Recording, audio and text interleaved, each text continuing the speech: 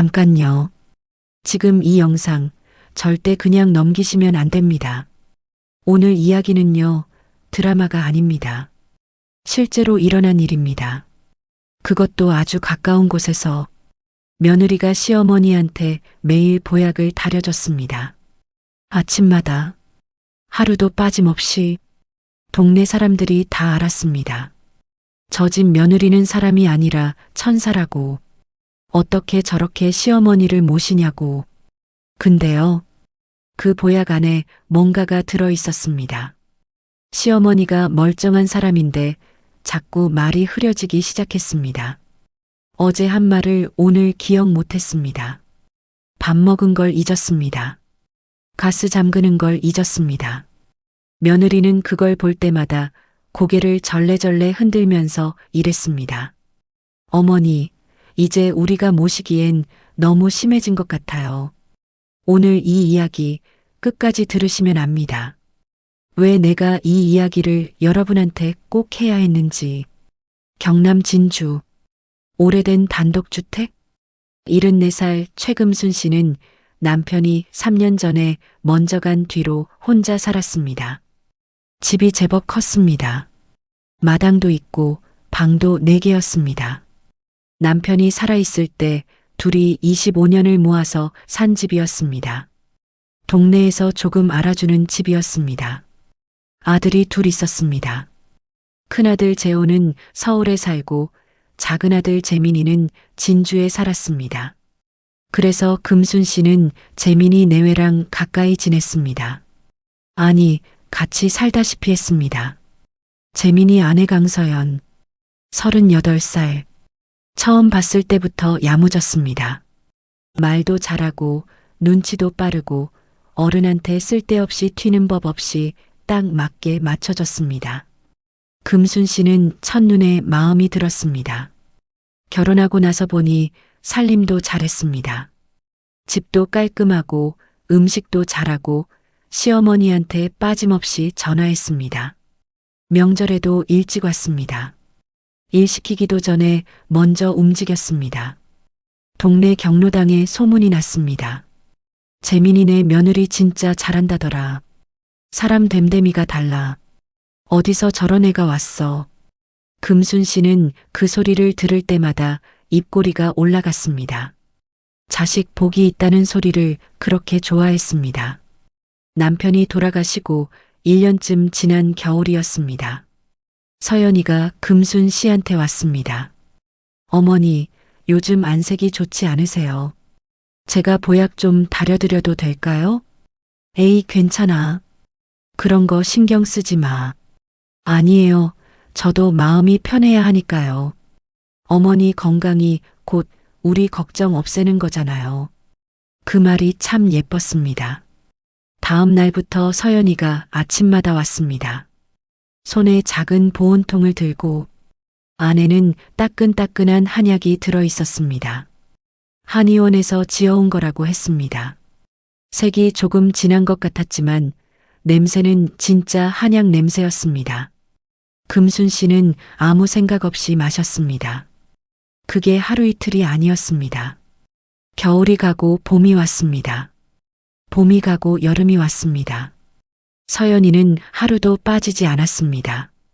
비 오는 날도, 명절 연휴에도 동네 사람들이 그 장면을 볼 때마다 혀를 찼습니다. 감탄해서 찬 혀였습니다. 금순 씨는 그 무렵부터 뭔가 이상하다는 걸 느끼기 시작했습니다. 처음엔 그냥 나이 탓이라고 생각했습니다. 70이 넘으면 다들 그런다고 하니까. 그런데 이상한 점들이 하나씩 쌓이기 시작했습니다. 어제 분명히 전화를 받았는데 오늘 보면 기억이 없었습니다. 가스를 잠근 것 같은데 확인하러 가면 켜져 있었습니다. 마당에 화분에 물을 줬는데 또 줬습니다. 밥을 먹고 나서 배가 고팠습니다. 먹은 기억이 없었습니다. 금순 씨는 속으로 걱정이 됐습니다. 혹시 나 치매 오나? 여름이 깊어질 무렵이었습니다.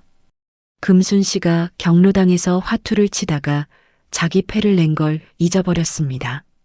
방금 낸 패인데 누가 아까 어머니가 내셨잖아요 라고 하니까 기억이 없었습니다. 그날 집에 오면서 마음이 무거웠습니다. 혼자 앉아서 생각했습니다. 기억력이 갑자기 왜 이러지? 작년까지만 해도 이러지 않았는데.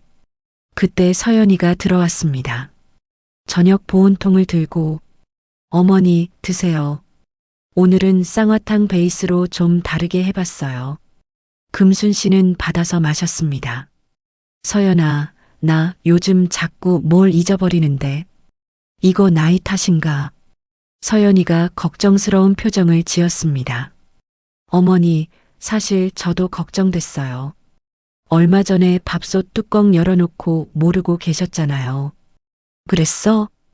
어머니, 한번 검사 받아보시는 게 어떨까요? 저는 그냥 나이 탓이길 바라는데. 그 말이 걱정해서 나온 말처럼 들렸습니다. 금순 씨는 고개를 끄덕였습니다. 일주일 후 서연이가 재민이한테 먼저 말을 꺼낸 모양이었습니다. 재민이가 왔습니다. 엄마, 서연이가 걱정된다고 하던데. 병원 한번 가보자. 그래, 가보자. 병원에서 간이인지 검사를 받았습니다. 점수가 좋지 않았습니다. 의사가 정밀 검사를 권했습니다. 그날 집으로 오는 차 안에서 서연이가 재민이한테 작은 소리로 말했습니다. 여보, 어머니가 혼자 계시기엔 이제 좀 무리일 수 있어. 재민이가 아무 말도 안 했습니다. 창밖을 봤습니다. 금순 씨는 뒷자리에서 그 말을 다 들었습니다. 귀는 아직 멀쩡했습니다. 그날 밤이었습니다. 금순 씨는 잠을 못 잤습니다. 천장을 보면서 생각했습니다. 내가 왜 이렇게 됐지? 작년까지만 해도 뭐든 기억했는데, 경로당 회원 이름 30명 다 외웠는데, 뭔가 이상하다는 생각이 처음으로 들었습니다. 아주 작게, 바람 스치듯이. 하지만 그 생각이 쉽게 가지 않았습니다.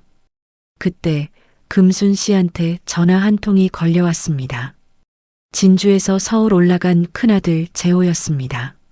엄마, 나야. 잘 지내지? 응, 잘 지내지. 서연이가 요즘 잘 챙겨줘? 그럼 매일 보약도 다려오고. 얘가 아주 야무져. 재호가 잠깐 조용했습니다. 엄마, 그 보약 한의원 이름이 어디야? 글쎄, 나는 잘 몰라. 서연이가 가져오는 거니까. 엄마, 나 다음 달에 내려갈게. 그 말이 그냥 지나쳤습니다. 그때는 재호가 내려온 건 전화하고 3주 후였습니다. 서울서 혼자 왔습니다. 아내는 두고. 그게 좀 이상했습니다. 명절도 아니고 생신도 아닌데. 저녁을 먹고 나서 재호가 금순 씨한테 나지막이 물었습니다. 엄마, 서연이가 주는 보약 항상 아침에 받아? 그럼 매일 아침에 들고 와. 왜? 맛이 항상 똑같아? 비슷하지. 왜, 그게 왜? 재호가 잠깐 말을 멈췄습니다. 엄마, 다음에 서연이가 보온통 두고 가면 엄마 마시기 전에 나한테 먼저 말해줄 수 있어? 이게 무슨 소리야? 왜? 그냥 한 번만. 금순 씨는 영문을 몰랐습니다. 그냥 알았다고 했습니다. 재호가 내려온 지 사흘째 되는 날 아침이었습니다. 서연이가 왔습니다. 평소처럼 보온통을 들고 어머니 드세요. 재호가 부엌에서 나왔습니다.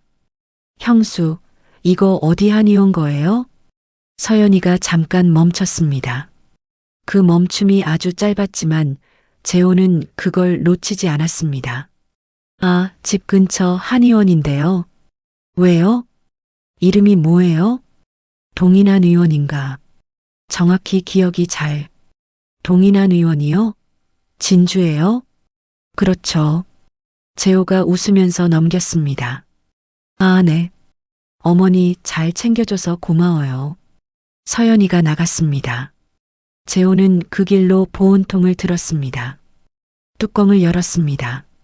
냄새를 맡았습니다. 한약 냄새가 났습니다.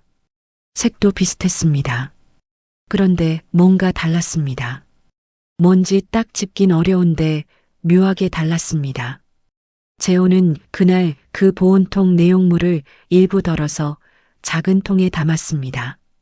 서울에 있는 아는 사람한테 보내기 위해서. 그 결과가 나오는데 열흘이 걸렸습니다. 재호 핸드폰에 메시지가 왔습니다. 읽었습니다. 다시 읽었습니다. 손이 떨렸습니다.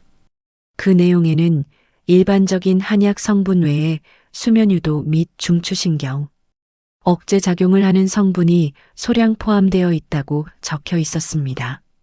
매일 조금씩, 오래 먹으면 기억력 저하, 인지 능력 감소, 판단력 흐림.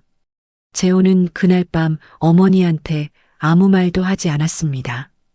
혼자 앉아서 한참 생각했습니다. 이게 사실이라면, 이 며느리가 일부러 이걸 넣은 거라면, 왜 이러는 거지? 생각이 하나씩 맞춰졌습니다. 맞춰질수록 싸늘해졌습니다. 어머니 집, 단독주택, 마당 있는 집, 진주 시내, 시세로 7억은 거뜬히 넘는 집, 어머니가 치매 판정 받으면, 요양원으로 보내지면, 재산 관리를 누가 하게 되나. 재호는 혼자 움직였습니다. 먼저 진주동인한 의원이 실제로 있는지 확인했습니다. 있었습니다. 그런데 거기 원장한테 직접 전화해서 물었습니다. 강서연이라는 분이 최금순 명의로 한약을 처방받은 게 있냐고. 개인정보라 정확히는 말해줄 수 없다고 했지만 최근 몇 달 안에 그런 처방 기록이 없다는 건 확인됐습니다. 서연이가 말한 한의원이 아니었습니다. 그럼 그 약은 어디서 온 건가? 재호는 탐문을 시작했습니다.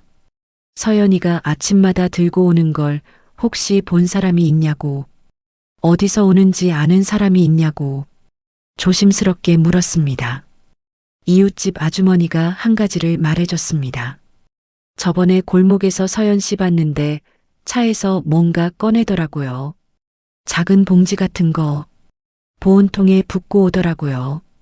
차 안에서요? 네. 그냥 아몬가 사왔나 보다 했는데. 재호는 그날 밤 잠을 못 잤습니다. 어머니 집 근처에 CCTV가 있는지 확인했습니다. 골목 입구에 하나가 있었습니다. 경찰에 가는 건 아직 이르다고 생각했습니다. 증거가 더 필요했습니다. 섣불리 움직이면 서연이가 눈치채고 증거를 없앨 수 있었습니다. 재호는 한 가지 결정을 했습니다. 어머니한테 모든 걸 말하기로 했습니다. 어렵고 힘든 이야기였습니다. 며느리가 시어머니한테 독을 먹이고 있다는 말을 어떻게 합니까? 그날 밤 어머니와 둘이 앉았습니다. 엄마, 나 할 말이 있어. 뭔데, 왜 이래? 서연이가 주는 보약. 엄마, 그거 진짜 한약이 아닐 수도 있어. 금순 씨가 눈썹을 찌푸렸습니다. 무슨 소리야? 내가 성분 검사를 해봤어. 뭔가 이상한 게 나왔어. 엄마가 요즘 뭘 자꾸 잊어버리는 거. 그게 나이 탓이 아닐 수도 있어. 금순 씨는 한참 동안 말이 없었습니다. 창밖을 봤습니다. 마당이 어둡게 보였습니다. 재호야. 응, 엄마. 그 애가 왜 그러겠어. 엄마. 엄마 이 집 시세가 얼마인지 알아? 금순 씨가 천천히 고개를 돌렸습니다. 그날 밤 금순 씨는 오랫동안 마당을 봤습니다. 남편이 죽기 전에 직접 심은 감나무가 있었습니다. 올해도 감이 달렸습니다. 그 나무를 보면서 생각했습니다. 내가 잊어버리기 시작한 게 보약 먹고 나서부터였다. 그 생각이 서럽지 않았습니다. 서럽다는 감정이 올라오기 전에 무서움이 먼저 왔습니다. 나한테 이럴 사람이 있다는 게, 내가 믿은 사람이 이런 사람이었다는 게. 재호는 혼자 계획을 짰습니다.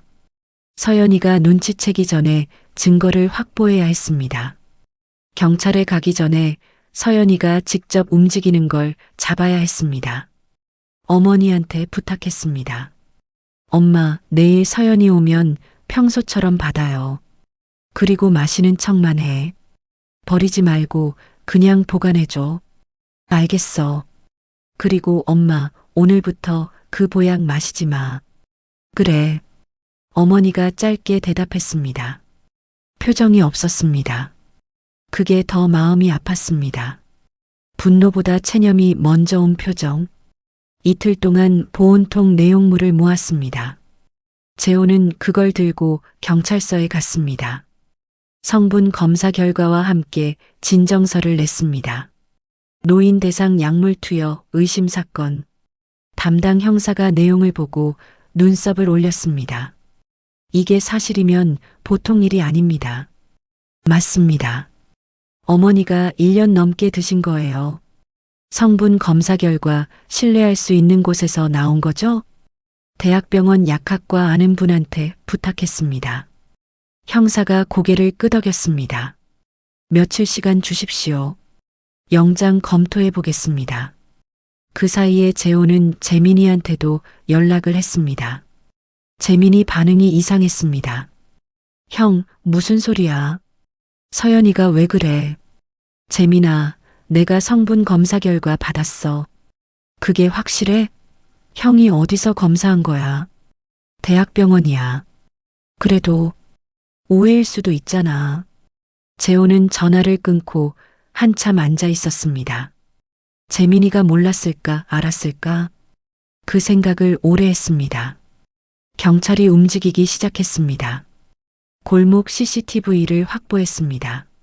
서연이가 차에서 작은 봉지를 꺼내 보온통에 넣는 장면이 여러 차례 찍혀 있었습니다. 서연이 명의 인터넷 구매 기록도 나왔습니다.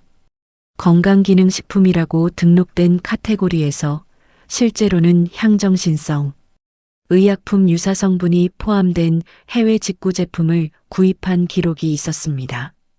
그리고 결정적인 게 하나 더 나왔습니다. 서연이 지인과 주고받은 메시지였습니다. 내용은 이랬습니다. 어머니 상태가 좀 더 나빠져야 할 것 같아. 요양원 보내려면 판정이 나와야 하거든. 그거 위험하지 않아? 천천히 하면 표 안 나.